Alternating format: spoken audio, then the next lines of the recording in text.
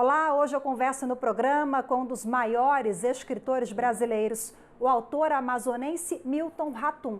Ele tem 6 romances lançados, um livro de crônicas. Suas obras já foram publicadas em 12 idiomas, 14 países. É dono de um prêmio Jabuti. E o seu livro, Dois Irmãos, lançado em 2011, virou série de TV. Durante o programa, nós vamos falar sobre a importância da leitura, o processo criativo, os textos em prosa, romance, os projetos para 2021. Tem livro novo sendo lançado no segundo semestre. Ratum geralmente aborda em suas obras o contexto político, econômico, social do país.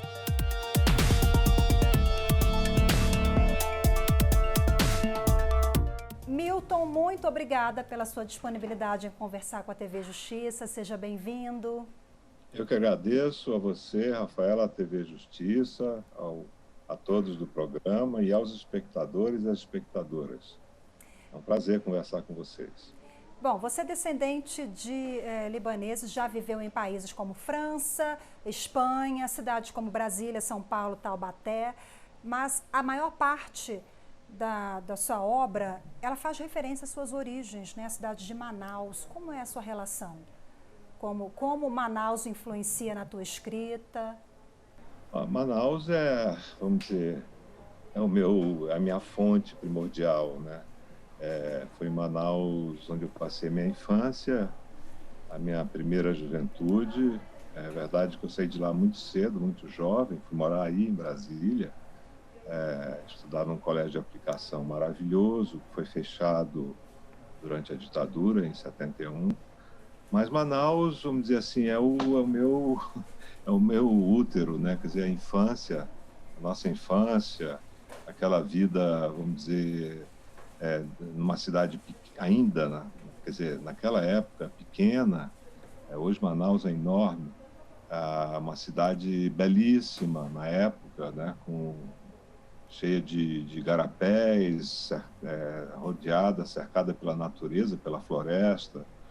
Enfim, uma cidade sem violência, aquela na minha infância, sem, vamos dizer, sem nenhum assombro, vamos dizer assim, maior. Isolada do Brasil, é verdade, como de resto a Amazônia, mas para um escritor, uma escritora, essa fase, vamos dizer, esse momento, esse período da infância e da juventude é um período, vamos dizer, primordial, quase mítico, né? É lá onde está a nossa mitologia, vamos dizer, nossas primeiras, vamos dizer, nossos primeiros acertos e desacertos com a vida, com os outros, quer dizer, com a escuta da fala manauara, né? Da fala amazonense. Ao mesmo tempo, eu ouvia meu pai falar com meus avós maternos em árabe e às vezes em francês, porque minha avó, que era cristã, uma libanesa cristã, falava francês, falava um pouco de francês e me jogou nisso, quis que eu aprendesse francês.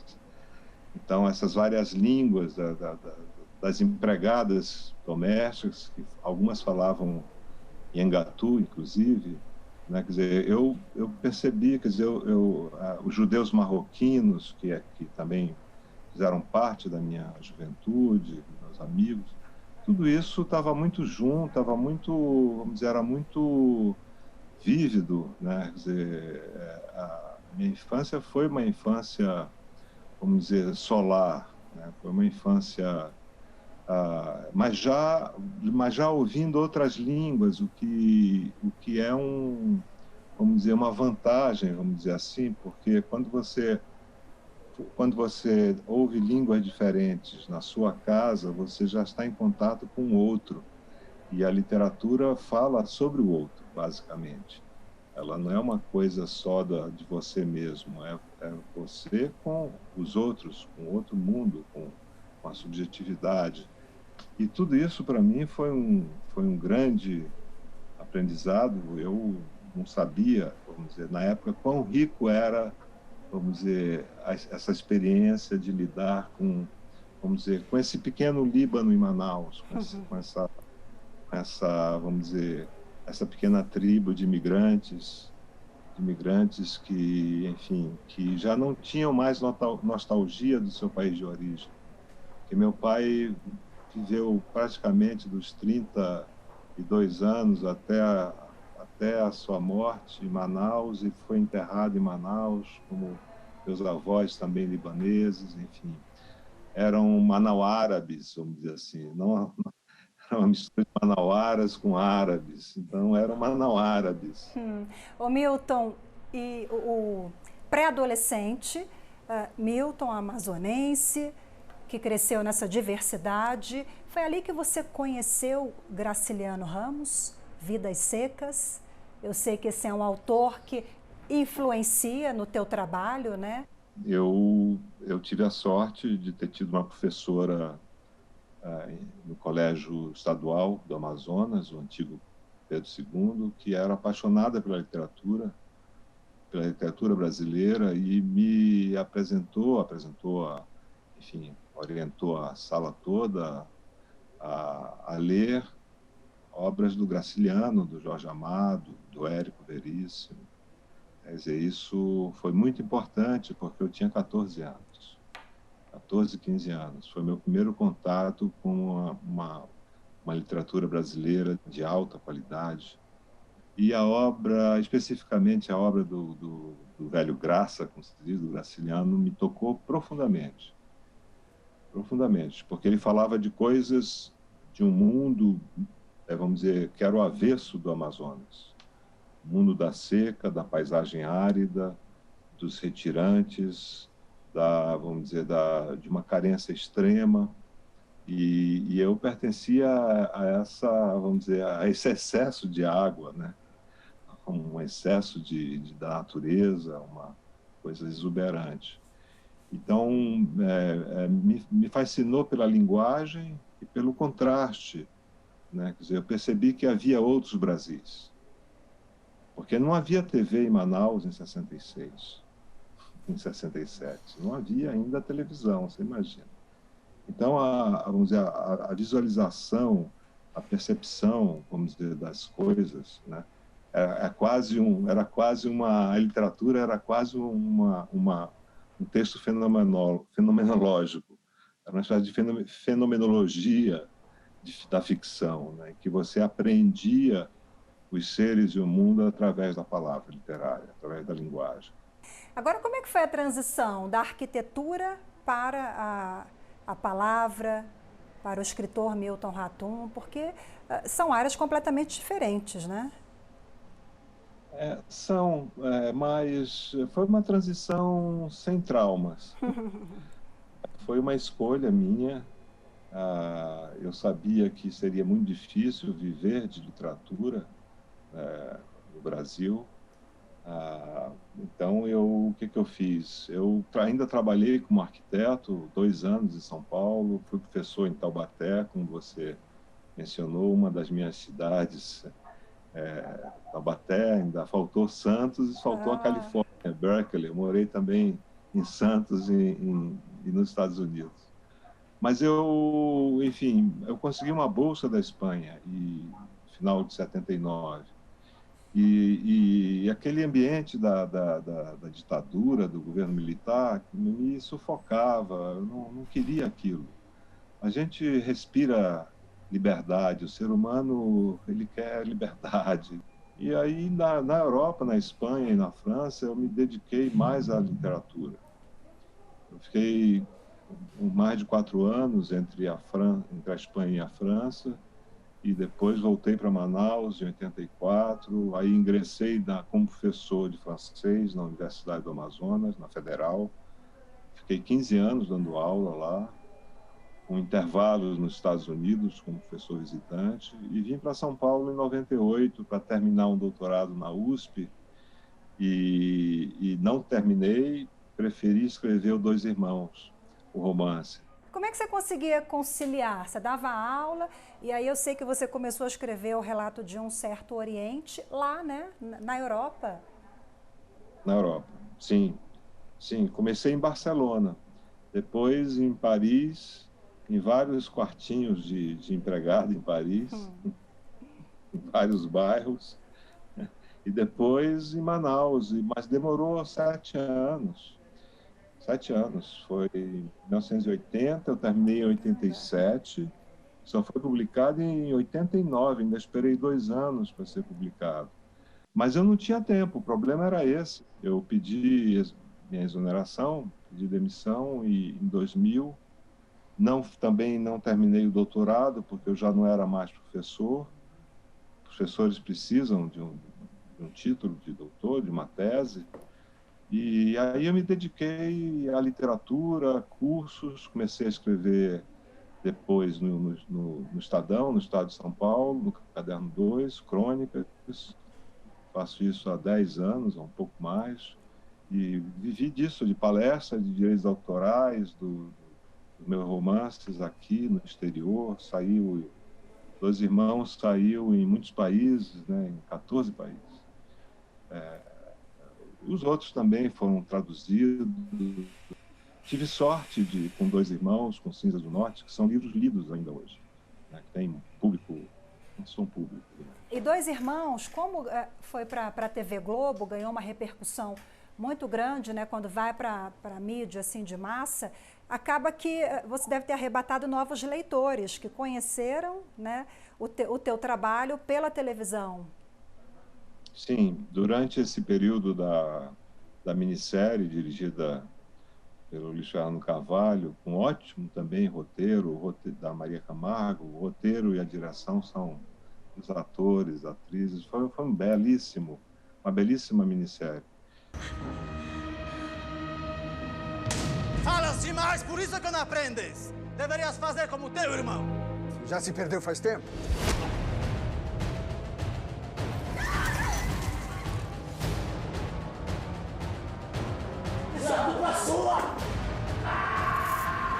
Porque mais de 10 milhões de pessoas assistiram a minissérie.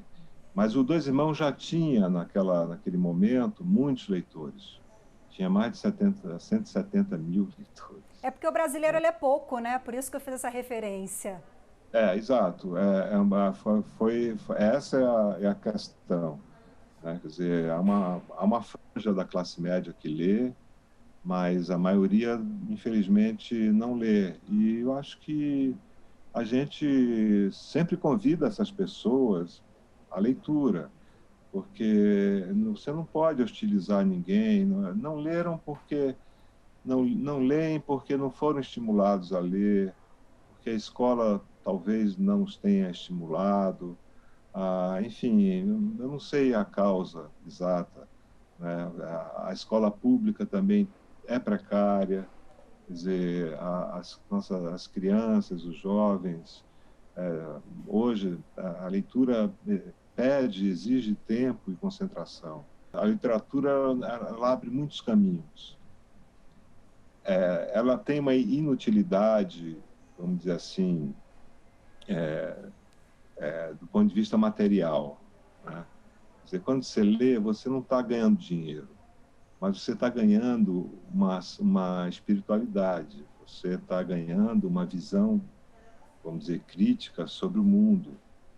Você está ganhando, vamos dizer, uma percepção mais aguçada sobre si mesmo, sobre aqueles personagens, porque você se projeta neles. Ô Milton, quando você escreve, você pensa assim, você tem esse senso de responsabilidade social, entre aspas, porque seus livros costumam aludir à ditadura, à história do país como pano de fundo.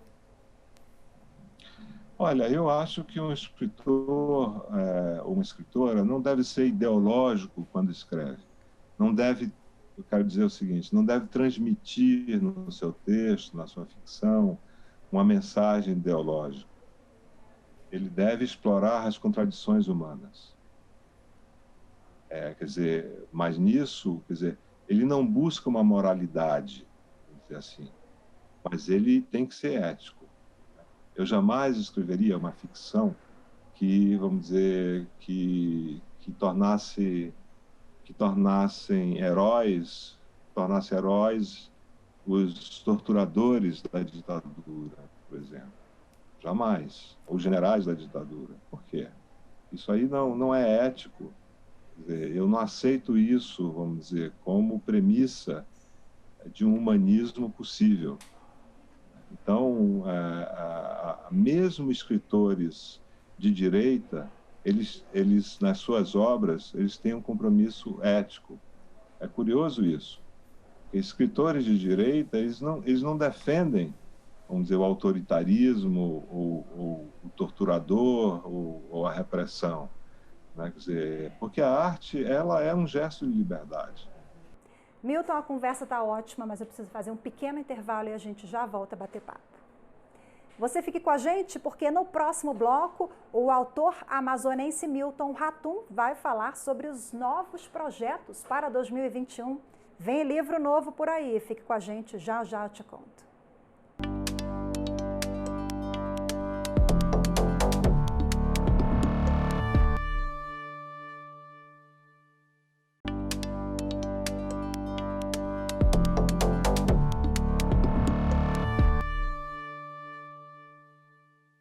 O programa está de volta e hoje eu tenho a honra de conversar com um dos maiores escritores brasileiros. Ele nasceu em Manaus, já morou em várias partes do Brasil e do mundo, mas a conexão com a Amazônia está sempre presente em seus livros. Eu estou falando de Milton Ratum. Milton, vamos voltar ao papo aqui. Eu quero falar do livro mais recente, das suas obras mais recentes, a trilogia do Lugar Mais Sombrio, né? A Noite de Espera foi o primeiro livro lançado em 2017. O bate-papo de início besta, aos poucos rondou um assunto mais cabeludo, que logo ficou grave. Para ir da gravidade ao terror político, bastaram 2 xícaras de café e uns biscoitos. No fim, meu aluno, mudo, pagou os 40 francos da aula e me deu 10 de gorjeta. O segundo, Pontos de Fuga, em 2019. A partir do narrador principal, o Martim, as obras abordam as experiências daquele grupo de jovens da sua geração. Eu acho que o Milton está ali no meio. Eu sou um pouco de cada um, né? Porque... Qual é a história central, Milton, e como que a trama se desenrola, fazendo um resumo entre o primeiro livro e o segundo? É uma trilogia, daqui a pouquinho está saindo o terceiro. Então, essa trilogia, na verdade, seria um só livro, e meus editores, nós decidimos dividir em 3, que seria um livro de 750 páginas. Aí, do ponto de vista editorial, seria um pouco complicado. Mas o primeiro volume, A Noite da Espera, vamos dizer, ele aborda muito a minha experiência em Brasília. Ele é todo ambientado aí, em Brasília, na época em que Brasília ainda era muito pequena, né? Tinha 400 mil habitantes, a Asa Norte enfim, acabava ali no campus da UNB, né? Era uma cidade em construção, era um grande canteiro de obras, porque eu cheguei em Brasília em dezembro, cheguei à capital em dezembro de 67 e fiquei até 70. Eu estudei, vamos dizer, o ensino médio em Brasília. Os 2 primeiros romances se enquadram, se ajustam muito bem num gênero chamado romance de formação, que trata da formação educacional, sentimental, afetiva, intelectual, política de um grupo de jovens. Quer dizer, a passagem vamos dizer, da juventude à maturidade. E o primeiro romance, o primeiro volume, A Noite da Espera, é isso. São um grupo de jovens em Brasília que tentam se encontrar. Eles estão meio perdidos, eles querem a liberdade também, eles descobrem, vamos dizer, sua vocação, tentam descobrir sua vocação profissional, descobrem o amor, a política, participam da política, né? Quer dizer, eles têm sonhos diferentes e terão destinos diferentes. E o Martim tem um outro trauma na vida dele, que é a separação da mãe, né? Ele sai de São Paulo, de um bairro chamado Paraíso, um bairro de classe média de São Paulo, e vai com o pai. A mãe se apaixona por outra pessoa, por outro homem, e o pai vai com o filho para Brasília. E o Martim chega a Brasília sem entender nada da vida dele. Tem 15 anos de idade e está ali perdido, numa cidade estranha, em todos os sentidos, mas é ali que ele se forma.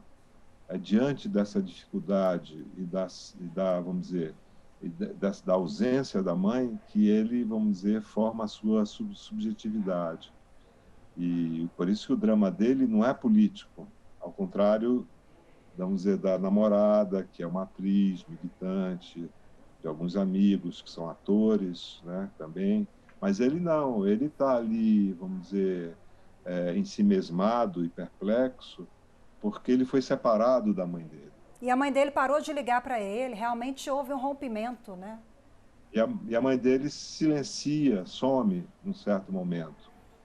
E aí ele vai, vamos dizer, no segundo volume, que é ambientado em São Paulo, ele volta para São Paulo e entra numa nova tribo aqui na Vila Madalena, de uma república de estudantes, uma triste república. E aí ele já começa a crescer, ele tem outras preocupações, mas a ausência da mãe é sempre uma questão, vai ser sempre uma questão para ele. No terceiro e último livro também, o Martim consegue se reencontrar ou essa questão continua? O terceiro volume vamos dizer, o leitor que leu os dois primeiros, ele vai perceber que ali vamos dizer, é uma ficção que esclarece muitas coisas. Não esclarece tudo, porque nenhum romance deve esclarecer tudo. Há sempre um enigma que paira, que fica no ar. Em qualquer romance. Milton, você é um escritor que tem uma vasta produção literária, escreve muito, mas publica pouco. Por quê? Como é que é o seu processo? Eu privilegio muito mais a leitura do que a escrita. Eu sou, vamos dizer, no tempo em que eu parei de dar aula para cá, ou seja, há 21 anos, eu sou muito mais leitor do que escritor. Para minha vida, eu acho que a leitura é mais importante do que a escrita. Porque eu só escrevo sobre coisas que, de fato, me tocam profundamente. Eu não fico procurando um assunto na internet ou na imprensa, uma coisa que eu não consigo escrever assim. Quer dizer, tudo que eu escrevo está profundamente ligado à minha vida. Então, a trilogia, por exemplo, A Noite da Espera, Pontos de Fuga, são romances em que você perguntou se eu era o Martim, eu digo, acho que eu sou um pouco de cada um deles. A minha experiência foi muito, vamos dizer, distribuída. E, claro, há muita invenção sobre tudo isso. Mas eu sou lento para escrever. Eu não sou lento para ler, mas eu sou muito lento para escrever. Porque, por uma simples razão, escrever é difícil. É muito difícil você escrever ficção ou um poema.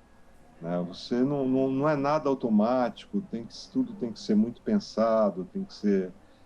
Você escrever é reescrever também. Você é crítico? Autocrítico? Autocrítico até não poder mais. Você lê e relê muito? Meus romances têm mais de 15 versões, geralmente. Eu escrevo à mão ainda. Até hoje? É hoje, eu escrevo à mão num caderno que eu trouxe quando eu vim de Manaus, e eu escrevo à mão, depois eu passo para o computador, depois eu imprimo, aí reescrevo de novo a partir do material impresso, aí volto ao computador. É uma desgraça. Mas eu não gosto de terminar romances, porque eu fico pensando, o que eu vou fazer depois? Qual vai ser o sentido da minha vida nesse mundo tão hostil, né? tão violento? A gente já não pode mais nem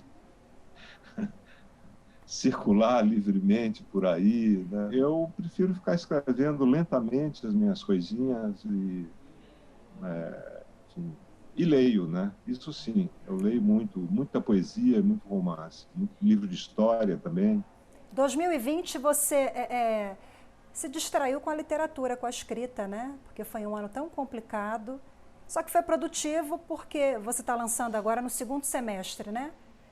O último livro. Exato. Eu vou tentar lançar no segundo semestre. Quer dizer, o último livro, não, o último volume da trilogia. O último volume da trilogia, isso mesmo. Bem lembrado. Mas eu lancei também em dezembro uma tradução de um grande escritor francês da passagem do século XIX para o século XX, um livro chamado A Cruzada das Crianças. É uma tradução que eu fiz desses contos que falam sobre as cruzadas de 1212, Marcel Schober, o nome. Foi lançado pela 34, uma belíssima edição, com um prólogo do Jorge Luiz Borges, um grande escritor argentino. Eu publico crônicas, escrevi ensaios, fiz uma tradução do inglês também, que eu não publiquei, mas pretendo um dia publicar. Você entregando fechando o ciclo da trilogia, o que você está produzindo aí? Por mais que lance daqui a 5, 7, 10 anos. Não, por incrível que pareça, a trilogia para mim me tocou tão fundo que eu acabei escrevendo um 4º volume. Olha! Qual é o nome do terceiro? O terceiro não tem título ainda. Eu vou decidir esse semestre com os editores. Tá? Mas esse 4º vamos dizer, não faz parte diretamente da trilogia, seria um quarteto, mas é um romance que tem alguns pontos de contato com a trilogia. Nós também não abrimos mão de continuar degustando as suas obras, os seus textos, que você continue produzindo muito, escrevendo muito.